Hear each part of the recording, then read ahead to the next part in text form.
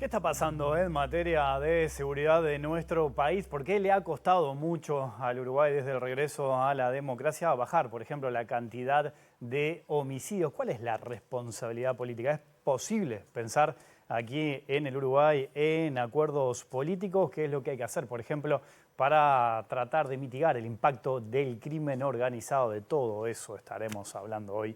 Bienvenidas, bienvenidos. Así comienza el lado B.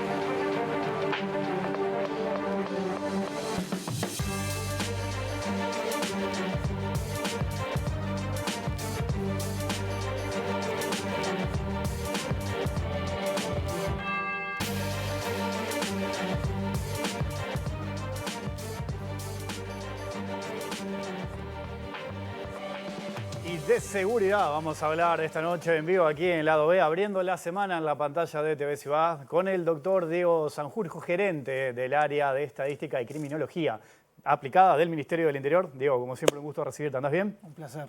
Bueno, también están Antonio Ladra y Mariana Contreras, ya los vamos a incorporar a la charla.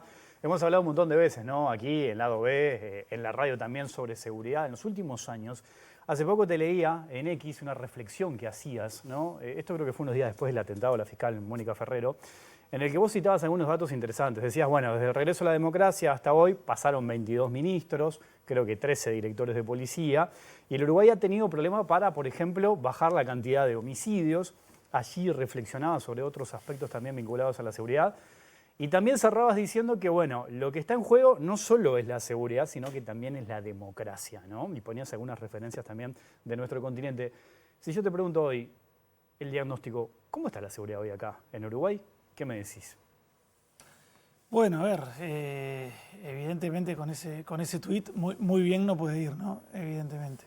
Yo creo que es imposible no analizar la situación uruguaya si no se hace dentro del marco de América Latina, ¿no? América Latina de hace mucho tiempo que es la región más violenta del mundo, y lo que está sucediendo en estos últimos 5 o 6 años es que aquellos pocos países que miraban el problema desde lejos, con preocupación, con inseguridad, pero todavía desde lejos, están perdiendo esa cualidad. Estoy hablando de Chile, estoy hablando de Argentina, estoy hablando de Costa Rica, estoy hablando de Ecuador, estoy hablando de Uruguay, ¿no? Es decir, esos 5 países y algunos más tradicionalmente se consideraban más seguros y están poco a poco, digamos, perdiendo la batalla contra este problema que supone los mercados ilegales, el crimen organizado, la corrupción, la extorsión, los secuestros, los homicidios, ¿no?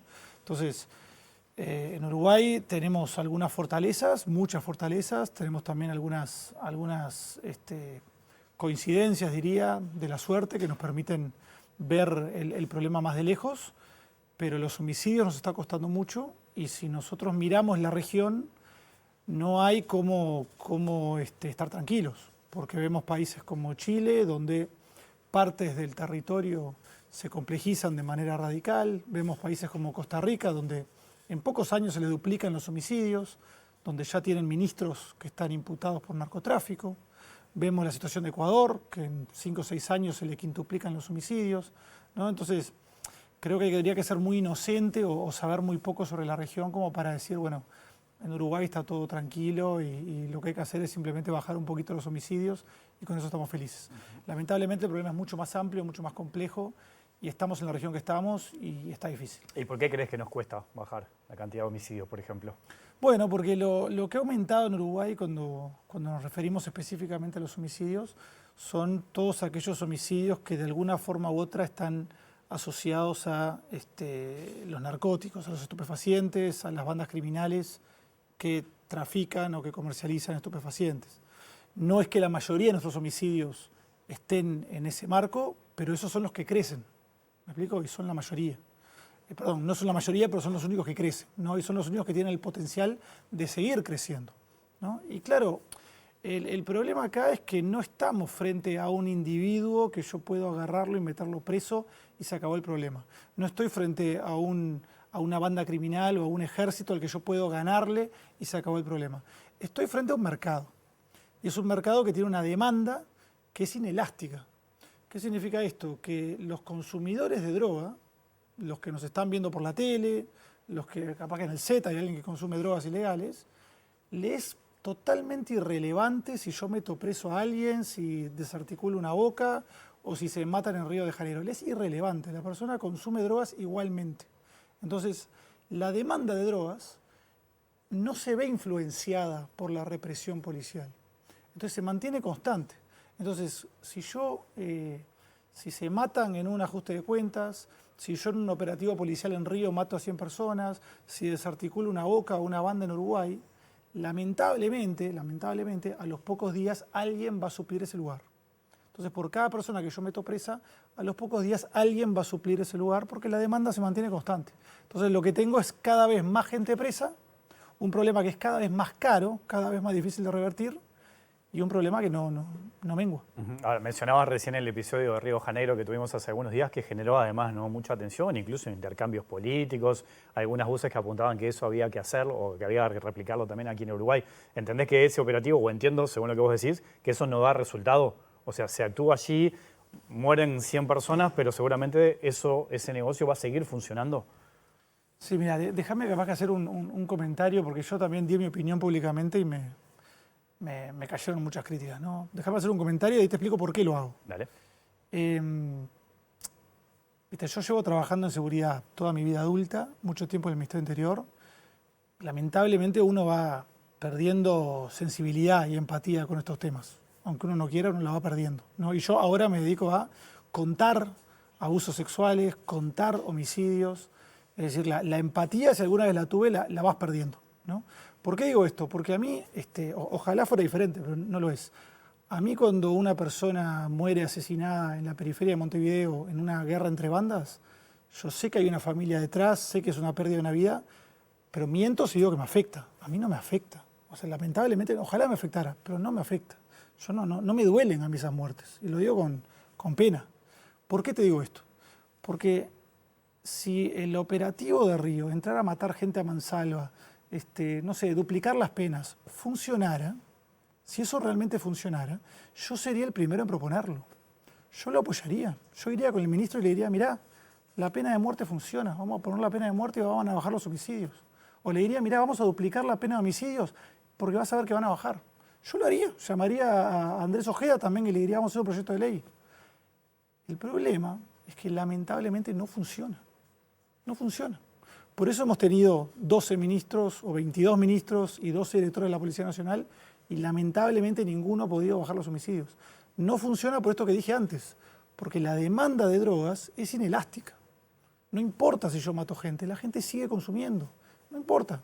Entonces, yo hago todo este esfuerzo y al día siguiente alguien reemplaza a esas personas. Ahora, sin embargo, hay discursos y hay voces que apuntan a la mano dura pensando que ese tipo de operativos resultan y funcionan, ¿no? Sí, porque es de sentido común, porque yo digo, bueno, tengo a un hombre que está, no sé, abusando sexualmente de su hija, yo agarro a ese hombre, lo meto preso y se acabó el problema. A esa hija, por lo menos en su casa, nadie la va a victimizar. Y ese sentido común se traslada a estos problemas mucho más severos, mucho más complejos que tenemos en toda América Latina, ¿no? Y es equivocado, es no entender el problema, es no entender que lo que hay detrás es un mercado, ¿no? ¿Eso significa que yo me tengo que quedar mirando cómo toman una favela? Por supuesto que no.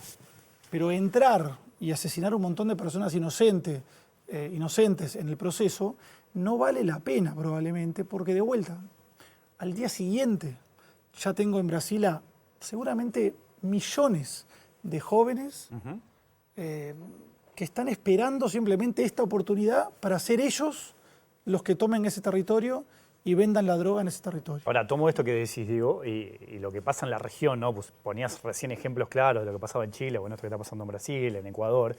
¿Y es posible que Uruguay mejore sus indicadores si la región sigue como está? ¿No? Estamos hablando de crimen organizado, obviamente que tiene un impacto en toda la región. ¿Cómo lo ves eso? ¿Es posible que nosotros mejoremos nuestras cifras y nuestra seguridad si no mejora todo lo que tenemos alrededor? Mira, una cosa es mejorar las cifras, ¿no? Que a lo mejor, yo qué sé, terminemos el quinquenio con un 20% menos de homicidio y políticamente eso sea un éxito. Igual el país va a ser tremendamente inseguro, igual, ¿no? Es decir, si queremos tener un país seguro, país como nos sentimos si visitamos España, por decirte algo, ¿no? Con las políticas que tenemos en marcha en Uruguay, en América Latina, yo soy muy pesimista, no creo que lo podamos conseguir. ¿Por qué? Porque la forma de conseguir eso es hacer lo mismo que hace España. Y España, además de tener una policía fuerte, potente, bien entrenada, bien armada, como la nuestra, quizá un poco mejor, pero hacer lo mismo que hacemos nosotros, también trata las adicciones y también arregla sus problemas educativos y sobre todo trabaja incansablemente con los presos. Entonces en España solo hay un 30% de reincidencia penitenciaria, porque el preso está todo el día formándose laboralmente, tratando sus problemas, educándose, sale y se reintegra a la sociedad. Y ahí se arrasa el círculo del sistema penal, ¿no?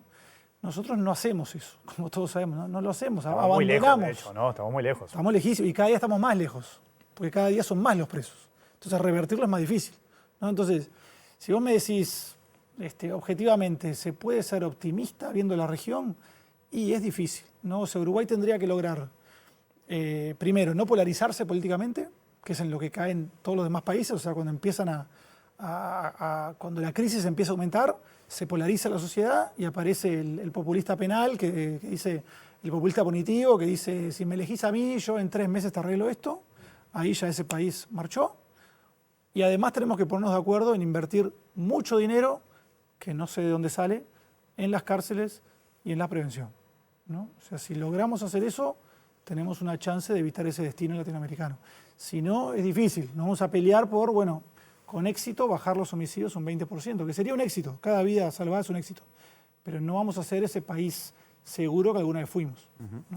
Mariana Contreras, ¿cómo andás? Bien, ¿y vos? Todo bien. Bueno, me Te alegro. escuchamos. Diego, hablaste de los homicidios, pero más allá de ese dato, ¿ustedes ya tienen los resultados de las estadísticas del primer semestre de los delitos en Uruguay con la nueva forma, incluyendo un montón de delitos que antes no estaban, digo, más allá de hurtos, rapiñas, homicidios, abigeato y no sé si alguno más, incorporaron un montón de delitos? Te quería preguntar si ese panorama presentó sorpresas, confirmaciones, ¿qué trajo esa nueva forma de ver los delitos? Bien, a ver, primero un pantallazo general, ¿no? Vemos que por suerte en estos primer semestres, de hecho estos primeros 9 meses en comparación con los del año pasado, la mayoría de los delitos, como mostraron ustedes en la intro, bajaron, ¿no? Y algunos vienen bajando de manera sustancial ya hace unos 6, 7 años, ¿no? Y eso es muy positivo. Algunos desde hace 4 años, otros desde hace 5 años, otros desde hace 6 años. Eso es muy positivo. La sorpresa está en los homicidios, que es un delito que se mantiene increíblemente estable. De hecho, sorprende porque es un número relativamente menor, 300, 400 homicidios por año. Lo esperable es que varíe mucho más, ¿no? Y en cambio se mantiene muy estable.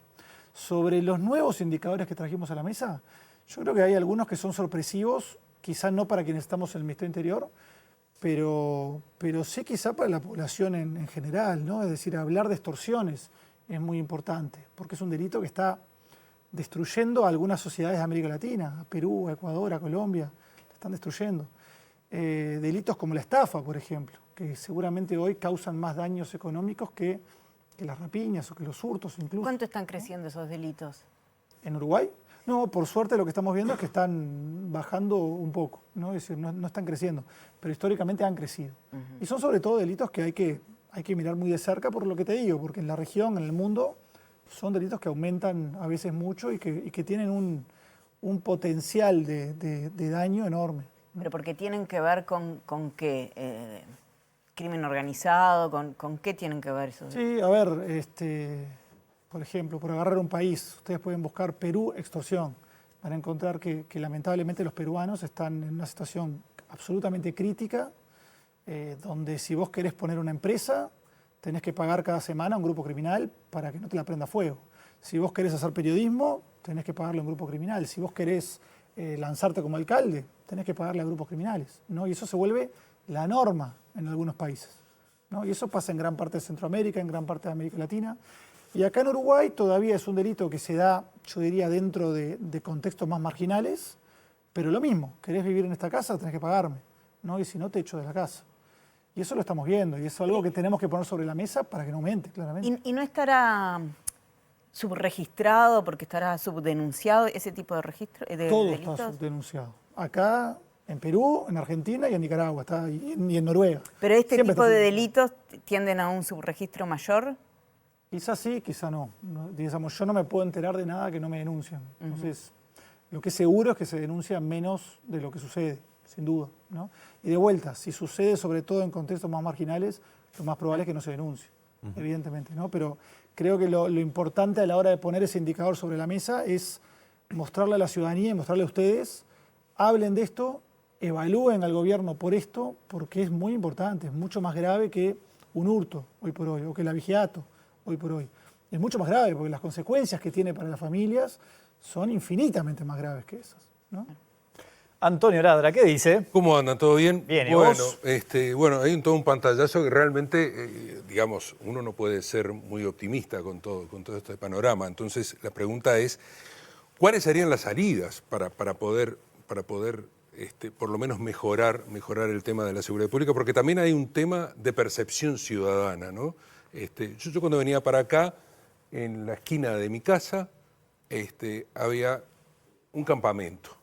Y al lado había una academia que enseñan karate, había desbordada. Entonces, esa gente que está aprendiendo karate allí es porque tiene, más allá de las cosas filosóficas, pero yo veo que eso ha crecido muchísimo. Entonces, también como que necesitan tener esa seguridad que se planteaba en esos dos lados, porque ese campamento de gente que está viviendo allí genera una sensación de inseguridad, por más que no pasa nada, aparentemente, pero genera una sensación de inseguridad muy grande. Hay un problema de gente que entra y sale y que vive en las calles, es decir, hay un problema multidimensional. ¿Cómo atacar todo eso donde el Ministerio del Interior es una parte apenas? ¿Vos observás que el gobierno está atacando integralmente ese problema? A ver, yo al principio dije que Uruguay tenía suerte en algunas cosas, ¿no? Es decir, tenemos suerte, por ejemplo, de no tener minería ilegal, ¿no? Hoy por hoy en América Latina... minas. Por eso, claro. Exactamente, ¿no? Pero no elegimos no tenerlas, simplemente no las tenemos, ¿no? Hoy por hoy la minería ilegal mueve mucho más dinero en las arcas del crimen organizado que el narcotráfico, ¿no? En México, sobre todo. Tenemos suerte de no tener prácticamente una biodiversidad interesante que dé lugar a tráfico a gran escala de fauna y flora, ¿no? Entonces, la suerte, entre comillas, que tenemos es que tenemos que concentrarnos sobre todo en lo que tiene que ver con el narcotráfico, ¿no? Sobre todo. Otros países la tienen mucho más difícil, ¿no? Entonces, ¿qué significa esto? Tenemos que prevenir que la gente tenga un consumo problemático de drogas o que consuma drogas en general, y una vez que lo hace, tenemos que tratarlas, ¿no? Para que no vuelvan de vuelta al circuito delictivo. ¿Estamos haciendo esas dos cosas? No. No, evidentemente no, ¿no? Es como que Uruguay simplemente lo abandonó. De vuelta, porque volvemos al principio. Pensamos con sentido común que si yo simplemente lo meto preso al adicto, el adicto va a tener miedo a volver a la prisión, entonces no hace falta hacer nada más.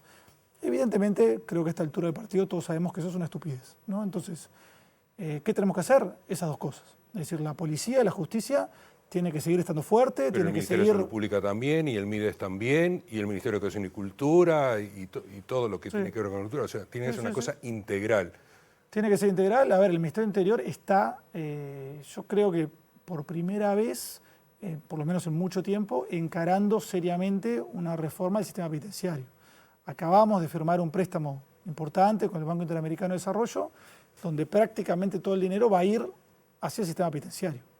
Claro, como tenemos una de las poblaciones penitenciarias más grandes del mundo, todo es insuficiente, todo, ¿no? Es decir, tendríamos que seguir este esfuerzo durante 3, 4 gobiernos como para poder tener una situación más aceptable. El que me vea por la tele se deprime y dice, bueno, pero esto va a tardar un montón de tiempo. Sí, o sea, este problema tardó décadas en conformarse. No hay manera realista de solventarlo si no se hace durante décadas todo bien. No hay manera. Y lamentablemente, claro, eso crea un incentivo muy grande para que aparezca un político y diga, yo te lo arreglo en 3 meses. Votame que yo te lo arreglo en 3 meses, igual que lo hizo Bukele, ¿no? Yo te hago lo mismo. Y te está mintiendo. ¿Te preocupa que La eso realidad pueda que te está pasar mintiendo. acá en Uruguay? Me preocupa sí porque lo veo en toda la región. Claro que sí. No, yo he tenido la suerte estos años de poder viajar de vez en cuando a reuniones, a meetings donde hay jerarcas, expresidentes de Costa Rica, de Ecuador, que nos dicen, mirá, yo hace unos años pensé que esto era imposible en mi país. Imposible. Y ahora estamos totalmente tomados por diferentes grupos criminales, incapaces de entrar a ciertos territorios, políticos que están extorsionados o financiados totalmente por el crimen organizado, ¿no? Periodistas que se tienen que ir al exilio porque no pueden trabajar. Pero eso, Lo estamos viendo, ¿no? eso además no solamente de América Latina. Suecia, Bélgica tiene esos problemas también, hoy por hoy. Sí, sí. También. Está O sea que complejo. es a nivel planetario, si se quiere, ¿no? Es una situación en la que creo que, bueno, estamos metidos y tenemos que encararlo de alguna manera, ¿no? Lo que pasa es que no es que yo pueda decir, bueno, y si no es esto de reformar las cárceles, hago otra cosa. No hay otra cosa. Es eso. Es eso. Te agrego otro tema que también sé que te ha generado preocupación y has trabajado, y es la cantidad de armas que tenemos aquí en el Uruguay, las legales y las ilegales, ¿no? ¿Qué pasa con eso? ¿Es posible trabajar en ese aspecto aquí en el Uruguay? ¿Cómo lo ves? Bueno, también estamos trabajando en eso. Yo creo que en los próximos meses vamos a plantear algunas medidas que que estamos trabajando. La semana pasada tuvimos una misión de la OEA y del BID que también vinieron con ganas de ayudar en esta materia.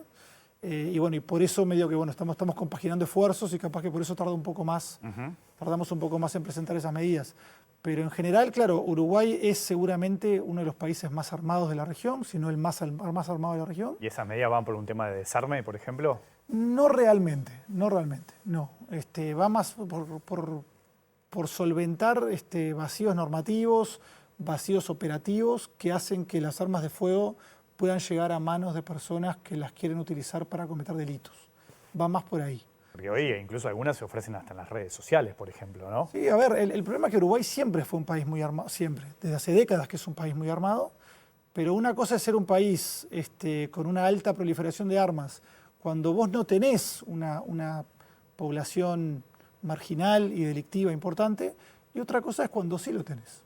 Cuando sí tenés a miles de uruguayos que a lo mejor están intentando acceder a un arma para robar a alguien o para matar a alguien. Ahí cambia la jugada, ¿no? Y ahí de repente ese arsenal que vos tenías se vuelve peligroso, ¿no? Entonces, sabemos por la evidencia internacional que los programas de desarme no suelen funcionar, no en un contexto como el que estamos ahora, por eso no vamos por ese camino, pero sí tenemos una cantidad de medidas que podemos tomar para hacer menos fácil que estas personas accedan a armas. ¿Y la idea es eso, que aplicarlo el año que viene, presentarlo el año que viene? Entiendo que sí. Ajá. Entiendo que sí. Mariana, vuelvo contigo. Sí, mencionaste varias veces la situación del sistema carcelario, que entiendo que es uno de los ejes en materia de política de seguridad del gobierno. Dijiste que obtuvieron un préstamo. Ana Juanche decía hace relativamente poco que se necesitaba plata, pero Rogido decía, bueno, lo primero que hay que hacer es ver, revisar el gasto, porque él dice que se gasta mal, y hablaba de algo así como $1.000 por mes por preso, y la situación no se veía reflejada, digamos, esa inversión. Entonces, ¿cuáles son los ejes de esa reforma del sistema penitenciario que ustedes dicen que hay que hacer? ¿Por dónde se empieza, digamos? Yo no creo que Emiliano lo diga en contraposición, es decir, que se puede trabajar de manera más eficiente en el Estado uruguayo y en todo el Uruguay, no es una sorpresa para nadie, ¿no? Ahora, sin lugar a dudas, Es imposible no decir que en el sistema penitenciario se precisa más inversión. O sea, lamentablemente necesitamos invertir muchísimo más en el sistema penitenciario si queremos obtener resultados. No hay manera.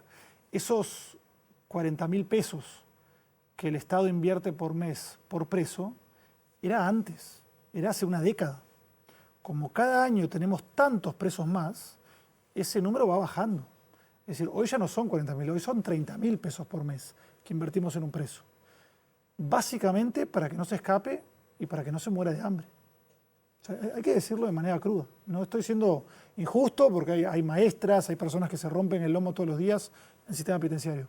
Pero hay que serle honesto a la población. Hay muchos miles y miles de presos que esos 30.000 pesos se van únicamente en que no se escapen, que no es fácil. No es fácil tener una ciudad entera de 17.000 personas y que no se escapen. No es fácil, la verdad que no es fácil. Y darles comida para que no se mueran de hambre, ¿no? Pero cada año tenemos menos dinero para ellos porque crece tan rápido la población penitenciaria. Por esto que dije antes, porque tenemos una policía, un sistema judicial que es cada vez más eficaz. O sea, cada día atrapamos a más personas que el día anterior. Pero como lo que hay del otro lado es un mercado ilegal, se renuevan las personas como si nada, entonces se van llenando, se va llenando, se va llenando. Pero Entonces, también fue buscado, ese crecimiento del sistema penitenciario de alguna manera fue buscado, ¿no? Esta cosa de... La LUC. y sí, de meter presos a los delincuentes. Ese fue un discurso, quiero decir. yo creo que lo que se busca es meter a más gente presa, eso sin duda, y tiene sentido. Lo que no creo que nadie quiera es que el sistema se vuelva impagable, ¿no? Porque al final no lo puedes pagar. O sea, hoy no lo podemos pagar. No podemos ofrecerle a estas personas abrigos, seguridad, comida, educación, formación laboral. No podemos, ¿no? Entonces, tampoco hay ningún misterio. Los países que son seguros invierten muchísimo más que nosotros por preso. Muchísimo más. Es decir, no invierten 30.000 pesos. Capaz que invierten 3.000, 4.000 dólares por mes por preso. Pero claro, como esa persona durante su estadía en prisión aprende un laburo, sale y no vuelve. Entonces, en realidad, es mucho más costo eficiente. O sea, el Estado ahorra dinero en la medida en que invierte en la educación, en la formación, en el tratamiento del preso. Nosotros, como toda América Latina, hacemos lo contrario. Invertimos cada vez menos y la persona sale cada vez peor, ¿no? Entonces, el preso es el que va al campamento tuyo y luego vuelve a prisión, delinque, y es una gastadera de plata que Uruguay no puede. ¿Te parece que hay disposición para llegar a un acuerdo en el sistema político cuando hay discursos tan contradictorios en esto? O sea, disposición a invertir más, es decir, invertir 3.000 dólares ya... No, y decirle a la sociedad, Hay además. una parte de la sociedad y del sistema político que debe estar con los pelos así, ¿no? Entonces, en esto de conversar y tratar de llegar a estrategias comunes, ¿te parece que puede haber posibilidad de llegar a un acuerdo en eso? A ver, yo hoy estoy acá en un rol técnico y también esta opinión mía no es la del Ministerio del Interior, es la mía personal, ¿no? Mi opinión técnica es que si no invertimos muchísimo más en el sistema penitenciario, no es posible revertir la situación y no es posible tener un país más seguro. Esa es mi opinión técnica personal. ¿Da votos eso? Por supuesto que no. Por supuesto que no. Lo que da es lo contrario. Decir yo mágicamente te voy a arreglar la seguridad, confía en mí, ¿no? Y bueno, lamentablemente debe haber muchos uruguayos que no sé por qué prefieren confiar en esa persona, pero les está mintiendo. Así planteado es como una imposibilidad de solución, ¿no? No, bueno, ojalá que nuestro sistema político tenga la madurez de decir, bueno, esto no da votos, vamos a no hablar demasiado de esto, pero vamos a empezar a invertir en esto año a año, ¿no? A mí, algo que me da cierto optimismo es ver que en Uruguay hay cada vez más técnicos de estos temas. Es decir, yo conozco personalmente a técnicos jóvenes de todos los partidos políticos que se están formando en el exterior sobre estos temas, especialmente en temas carcelarios, para volver a Uruguay, ¿no? Y son personas que son conocidas y que yo espero que a puertas cerradas le digan a sus líderes partidarios: lo que estás haciendo nos va a llevar al desastre. Es decir, tenés que dar vuelta a esta situación y tenemos que invertir en cárceles, ¿no? Eso es lo que puedo decir. Antonio, vuelvo contigo. Sí, vos nombraste, por ejemplo, el caso de Ecuador. Ecuador hace 10 años era uno de los países más seguros y el problema de la inseguridad surge de las cárceles, justamente. Y acá también puede pasar eso. Es decir, las cárceles se van inflando de gente, 17.000 personas, vos mismo dijiste que se bajó la inversión, no tienen para comer, capaz que el crimen organizado, las organizaciones que pueden estar allí, pueden empezar a, digamos, de alguna manera, a suplir eso. ¿Vos lo ves hoy en un horizonte cercano a eso? Es decir, concretamente, ¿podemos tener el Marcola uruguayo? O sea, hay una urgencia realmente brutal en mejorar las condiciones de la población penitenciaria. ¿Por qué? Porque como bien decís, en América Latina la experiencia lo que muestra es que cuando vos tenés a miles de presos cuyas necesidades básicas no están satisfechas, no es que el ser humano se tira al piso y se muere. No funciona así. El ser humano se organiza. Se organiza para comer, para tener abrigo, para tener medicamentos, para tener seguridad. Y esa organización de presos para sobrevivir es la que luego en muchos casos se transforma en una organización criminal. El PCC, por ejemplo. El PCC. O el Comando Vermelho. Todas las bandas criminales internacionales que hay en América Latina, la mayoría se formaron en las cárceles, ¿no? Y a medida que van saliendo las personas de las cárceles, van replicando esa organización en el barrio, ¿no? Entonces, ¿hoy tenemos eso en Uruguay? No lo tenemos. ¿Pero lo ves posible? Absolutamente posible. Absolutamente posible. Yo diría más, es probable, viendo el resto de la región. Es probable, ¿no? Yo creo que Uruguay, bueno, en algún momento tuvimos un primer caso de sicariato y a todos nos sorprendió. Tuvimos un primer grupo de niños y adolescentes baleados, a todos nos sorprendió. Hace poco tuvimos una fiscal general amenazada de muerte, a todos nos sorprendió. Eventualmente vamos a tener un político, como en Argentina, que se descubre que está financiado por el narcotráfico, ¿no? Y algún día vamos a tener una banda también importante, o sea, va a pasar, ¿no? Yo el optimismo que tengo es que veo, sí, que más allá de que cuesta y que a lo mejor ya es tarde, o que sea tarde, veo que hay cada vez más personas que están formadas en esta temática y que se dan cuenta de cuál es el camino, ¿no? El ministro Negro también es una persona que está formada en esto, tiene muy claro cuál es el camino, ¿no? Y bueno, eso a mí me da esperanza. La evidencia internacional de la región no te permite ser muy optimista, ¿no? Y los problemas que tenemos son enormes. Pero bueno, tenemos que encararlo de la manera cierta, si no nos va a ir mal. Eso es un hecho. Doctor Diego Sanjurjo, gracias por tu participación esta noche aquí en Lado B. Muchas gracias a ustedes. Hasta la próxima. Hacemos una pausa y seguimos. Hay más aquí en la pantalla de TV Ciudad.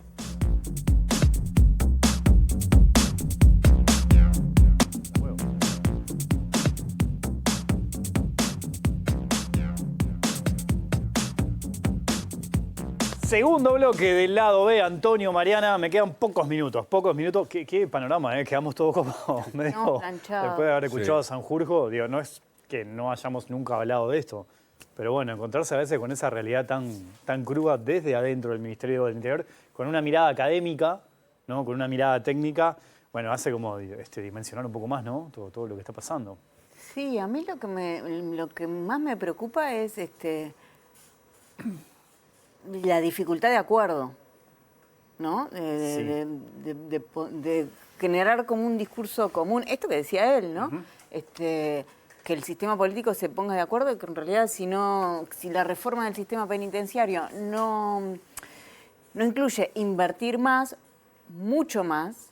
Bueno, porque por ejemplo el incremento en seguridad aumenta. Si vos mirás los últimos periodos, sigue aumentando. Mucha cámara, mucho... ¿no? Sí, no encontrarás las soluciones a todo esto que venimos conversando, ¿no? Y yo creo que en esto que dice Mariana agrego que me parece que es valioso lo que dice Sanjurjo, que Sanjurjo forma parte del Partido Colorado, es un integrante del Partido Colorado que estuvo trabajando en el gobierno anterior. Y que intentó acuerdos también, ¿no? Y que intentó acuerdos y que es uno de ese ejemplo de lo que hablamos tanto de la continuidad, ¿no? Y de generar acuerdos. Bueno, este gobierno le propuso seguir trabajando, ¿no? En materia de seguridad y que él diga eso, ¿no? Bueno, el sistema político no tiene que polarizarse, tiene que acordar, entre otras cosas, lo de la reforma carcelaria y todo lo que hay que hacer en materia de cárceles también, ¿no? Sí. Sí, la materia, lo que se logra en materia de cárceles es vital, ¿no? Por lo que dijo él, ¿no? Todo surge de ahí también, ¿no? Pero nosotros tenemos como un país pobre, digamos, ¿no? Con restricciones, además, en este momento presupuestales. Tenemos una sociedad que no tiene un acuerdo con esto, ¿no? Más bien Porque es el reflejo del sistema político. Y bueno, y tenemos un sistema político que, como decíamos acá en la pausa, algunos te decía que había que hacer lo de Brasil.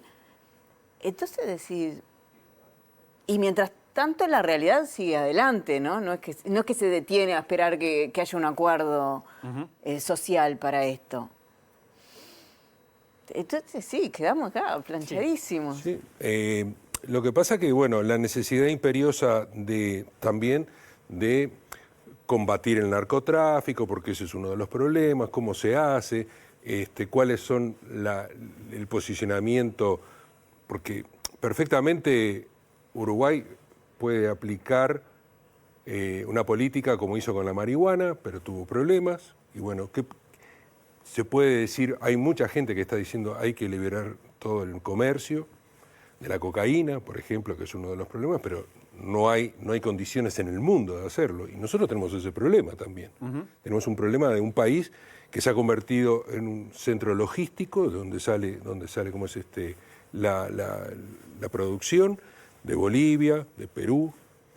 Entonces, estamos como atrapados en algo que no sabemos para dónde salir y cómo hacer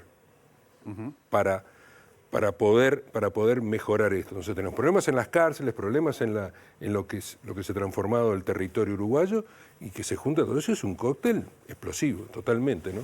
Bueno. Y el mercado, además, lo que dijo Bueno, él, ¿no? claro. El mercado de consumo, que es la primera vez que se habla también, porque antes no se hablaba del mercado de consumo, ¿no? Es decir, era difícil hablar. Decía, no, estás estigmatizando a quien consume. No, hay que aplicarle políticas, y si le aplican políticas, no hay políticas para quienes consumen, porque es una enfermedad. Sí. Bien. Bueno, en el cierre sé que tienen una semana muy intensa los dos. Vos el jueves vas a estar presentando el libro en Durazno. Sí, en Durazno, sí. Ahí está. Sí, voy a estar en una charla también sobre los 40 años del diario El Acontecer. Mirá, que Los tenés 40 años de la que ver ahí democracia. vos, claro. Sí. Así que te vas para Durazno el Me jueves. voy para Durazno y el viernes estoy en la noche de las librerías. Librería Pocho, Ajá, presentando el libro también. presentando el libro. ¿Cómo estás, eh? Y Ah, no. además yo le cuento a la gente, fui a ver a nuestro Robert De Niro acá, No. a nuestro Robert De Niro actuando en la obra Animales de Dios. Dicen que está muy bien. Sí, yo lo fui a ver. No sabe lo que es. Cuando Bien, entra en gracias. escena, le tiran cosas. Yo le tiré cosas de la platea. No lo vi. También, pará. Y después en diciembre también vas a estar presentando, después vamos a hablar de eso. Sí, vamos a No, no es cierre de año, Antonio. Por todo lo alto. Por todo lo alto. todo lo alto y me voy a El estrellar. viernes, el Semanario Brecha Sí, cumple señor. 40 años. 40 años que festejamos en el Mumi, ahí en Piedras. La Ciudad Vieja. Sí, la Ciudad Vieja.